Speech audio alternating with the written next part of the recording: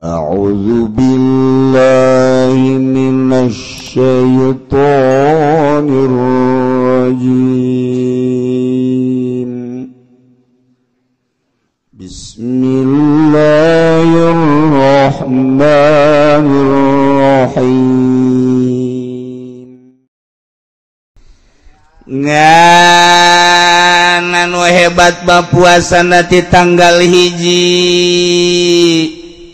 Lamun urang puasa tanggal hiji cek Kangjeng Nabi nu diriwayatkeun ku Ibnu Abbas al-yaumul ladzi ghafarallahu fi Adam alaihi salam awal yaumin min dzilhijjah poe anu Allah ngampura ka Kangjeng Nabi Adam teh nyaeta awal poe bulan haji. Kangjeng Nabi Adam alaihi salam teh titah cicing di sorga, kemudian aya larangan ulang ngadahar buah khuldi. Cek sakaol buah khuldi teh tafsiranna eta adalah buah zaitun. Nah, ku Kangjeng Nabi Adam dijauhan setan ngagoda, cak setan pangedah-ngedahna di sorga buah ieu. Jeung eta teh bahasa Gusti Allah maksudna ulah teh sebenarnya mah nitah. Kangjeng Nabi Adam kitu amat sih. Bahasa pangeran jeung bahasa urang mah makhluk kan beda cek eta. Atuh percaya bae ka kula atuh henteu beu masalah. Sebab kula mah pa dihirup leuwih ti heula tibatan maneh dam. Cek iblis jadi geus jauh lu kali ku pangeran teh geus jauh. Ngomong kieu maksudna kieu, ngomong kieu maksudna kieu, ngomong kieu maksudna eta mah percaya bae atuh alhamdulillah teu percaya masalah teh mah teu rugi teu untung ulah mangan sakadar nganasehat wah bau ngomong ngeunaheun biasa tiis perasaan bangun ikhlas teh eta mah nasehat. Nah sakali dua kali tilu kali badam ti heula hirup teh geus ti heula. Ieu mah larangan teh lain masalah larangan ku ngeunah-ngeunahna. Jadi ieu teh dilarang. Dilarang teh lain sembarangan larangan. Eta teh maksudna mah nitah. Nitah ngan bahasana make bahasa ngalarang. Kitulah Gusti Allah ngaranna ge. Bener tah? Ye, coba bae. Diicip-icip ku Kangjeng Nabi Adam. Diicip-icip atuh langsung dicarekan ku Gusti Allah. Morosotlah ka dunya. Urang teh kuari ulah ngomong kieu gara-gara Kangjeng Nabi Adam doraga tungtung nama urang kuari aya di dunia bae mun baheula Kangjeng Nabi Adam teu doraga meureun urang di sorga beureunanan ulah kitu. Tetep bae kulantaran Kangjeng Nabi Adam teh maksiat baheula di sorga turun. Jadi kuari urang teh nuturkeun Kangjeng Nabi Adam. Kangjeng Nabi Adam ge baheula di sorga maksiat atau komo urang. Itu wajar-wajar maksiat teh. Ngan ayana maksiat teh deuk daon? Deuk aya bab tobat.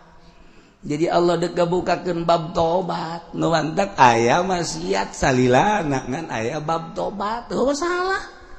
Masalah mantak bener bae terus malaikat masalah bae iblis urang mah di tengah-tengah berat ka malaikat hebat berat ka iblis atuh teu hebat tinggal urang bae mutu introspeksi aing sih lobaan nganyarupaan ka mana ieu ka malaikat apa ka setan barang ku urang ditilik-tilik asana aing mah lobaan ka setan di sakira teh berarti atuh neraka.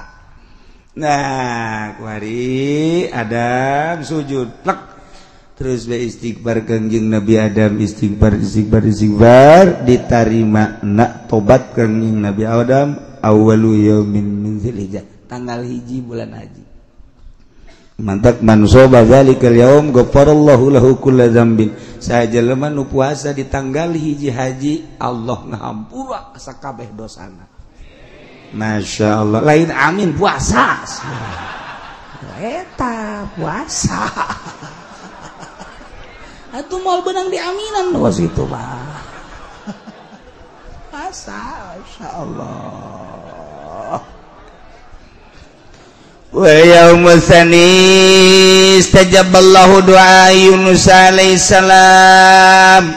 Poean kedua Allah ngaijabakeun doa Kangjeng Nabi Yunus alaihi salam bakhrajahu min batnil hut. Allah ngaluarkeun tina beteng lauk engke bakal dina Al-Qur'an urang dongeng Kangjeng Nabi Yunus. Masyaallah pohara. Eta bawi di dalam la ilaha illa anta subhanaka inni kuntu minaz sajabna lahu wa najainahu minal ghammi wa kadzalika nunjil mumin. Eta wiridan Kangjeng Nabi Yunus alaihissalam waktu Kangjeng Nabi Yunus dibalangkeun di kapal dicaplok ku laut. Bayangkeun coba di jero laut sorangan bae boga duit misalnya hayang nginum balanjana ka mana kudu jualan kan di jero laut di jero beteng laut. Masyaallah kan iyalah Kangjeng Nabi Yunus wiridan la ilaha illa anta subhanaka inni kuntu minadh dhalimin astajabna lahu wa najainahu minal ghammi wa kadzalika nunjil mu'minin. Datang ka waktuna borosot diutahkeun ku lauk. Nah cek Gusti Allah cek Kangjeng Nabi man shoma zalikal yaum kana kaman abadallaha ta'ala sanatan lam yashilla fi ibadati tarfatain. Sajelema nu puasa dina poe kadua sarua jeung puasa ka Gusti Allah ibadah ka Gusti Allah sataun teu pernah maksiat saeutik-eutik acan. Poe kadua tah. Oke dongeng Kangjeng Nabi Yunus. Poean katilu wal yaumul tsalits allazi istajaballahu fi du'a Zakaria alaihi salam. Poean katilu teh poean anu diijabah doana doa Kangjeng Nabi Zakaria alaihi salam madak man shoma dzalikal yaum istajaballahu doa sajalma anu puasa dina poe katilu bakal diijabah doana. Berarti kan diijabah doa mah bersih. Wal yaumur rabi'al yaumul ladzi wulida fi Isa alaihi salam. Poean kaopat poean di mana dilahirkeun Kangjeng Nabi Isa alaihi salam. Kangjeng Nabi Isa alaihi salam dilahirkeun poean kaopat bulan haji tanggal 4 nu mantak ban soba zalikal yaum sajelema nu puasa dina poean kaopat nafallahu anhul basa wal faqra bakal dilegitkeun ku Gusti Allah kesulitan kepakiran tah poe kaopat tas liadet bakal murang mun puasa di poe kaopat moal dibere riweuh moal dibere pakir dibere senang ku Gusti Allah. Ya Allah ya poe kaopat untuk liadet wal yaumul khamis al yaumul ladzi wulida fi Musa alaihi salam. Poean kalimat teh poean nu dilahirkeun Kangjeng Nabi Musa alaihi salam. Man shoma zalikal yaum dari aminal nifaq qaum min azabil qabri. Sajelema nu puasa dina poean kalima bulan haji bakal dimerdekakeun tina penyakit nifaq jeung dimerdekakeun dibebaskeun tina siksa kubur. Masyaallah.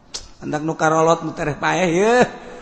Nah ieu puasa teh poe kalima tah. Aduh, geus gede jasa ganjaranana. Kagenep wal yaumul sadis al yaumul ladzi fatahallahu bihi fil khair. Sajelema en poean kagenep poean anu Allah ngabukakeun ka Kangjeng Nabi kana kahadean poean kagenep mandak man somau yanzurullahu ilaihi birrahmah. Sahajelema nu puasa di poean kagenep Allah bakal mencerongkeun dengan rahmatna nu mantak fala yu'adzabu ba'dahu abadan. Jelema moal dibere kariweuhan salilana moal disiksa saliwana ku Gusti Allah.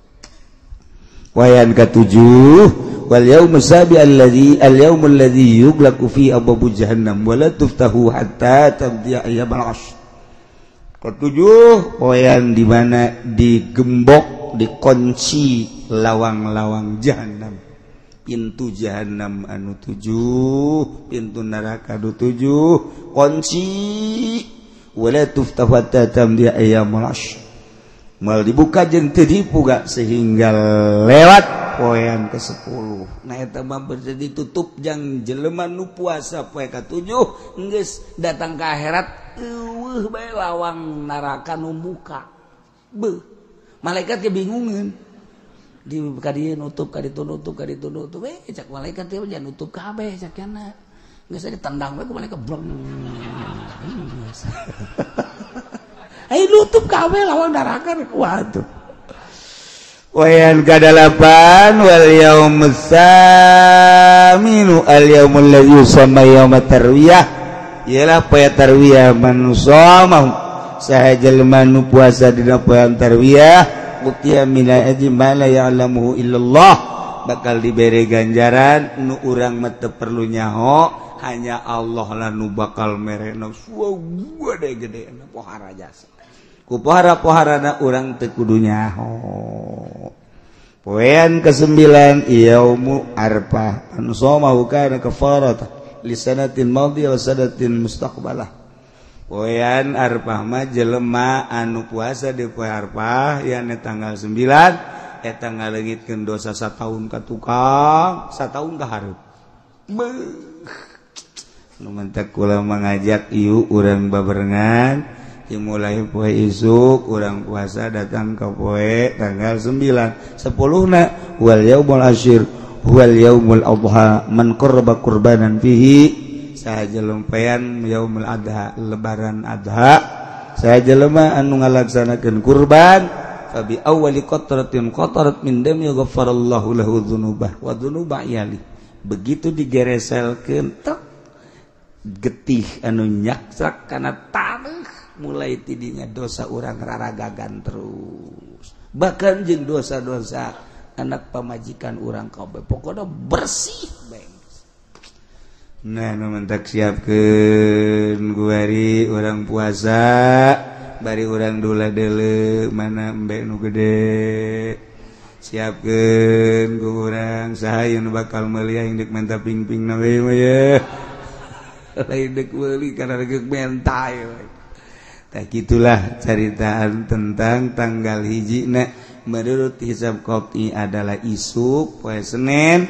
Kemudian orang doakeun para jamaah haji dulur urang kawau urang tetangga urang dulur-dulur urang kabehan mudah-mudahan sabadana aya musibah kamari ye ditangtayungan ku Gusti Allah Subhanahu wa taala dibere ketenangan jiwana dibere sakumaha biasa gararaga atuh urusan kos kitu mata mangges aya di Lauhil Mahfuz geus teu kudu dicaritakeun kumaha-kumaha sebab secara zahir mah reunanan urang teh neuleu kitu sedih secara zahir mah neuleu urang kamanehanana teh kos keur itu maot lah ngaranna secara hakikat mah nya maot di hareupeun Baitullah nya poe Jumat nya endek ngalaksanakeun haji atuh jang dirina mah seserian di jero kuburan ngeunaheun lain lalagaan mah kumaha kitu urang boga kayakinan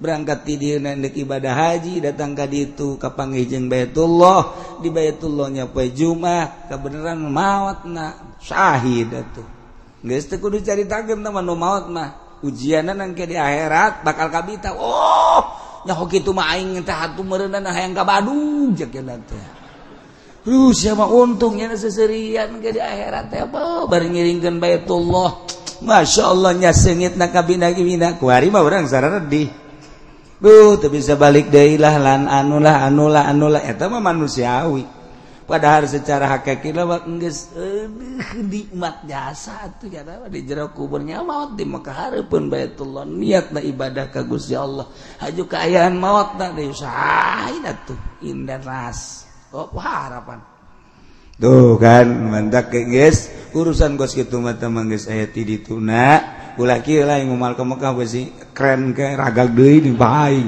atuh lagi itu japoe kamari ganun teu kana keren kan modal rambalaya jadi ditu mah deres mantep jasa maot anu di urang nah ieu keur carita tetep urang mangan sakadar bisa ngadua sakali deui dulur urang kawau urang kerabat-kerabat urang mudah-mudahan ditantayungan ku Gusti Allah Subhanahu wa taala bi barakati surah Al-Fatihah Al-Fatihah Bismillahirrahmanirrahim Alhamdulillahirabbil alamin arrahmanirrahim maliki yaumiddin iyyaka na'budu wa iyyaka nasta'in ihdinas siratal mustaqim siratal ladzina an'amta 'alaihim ghairil maghdubi 'alaihim waladdallin aw azama 'alal kufri wallahu a'lam bissawab.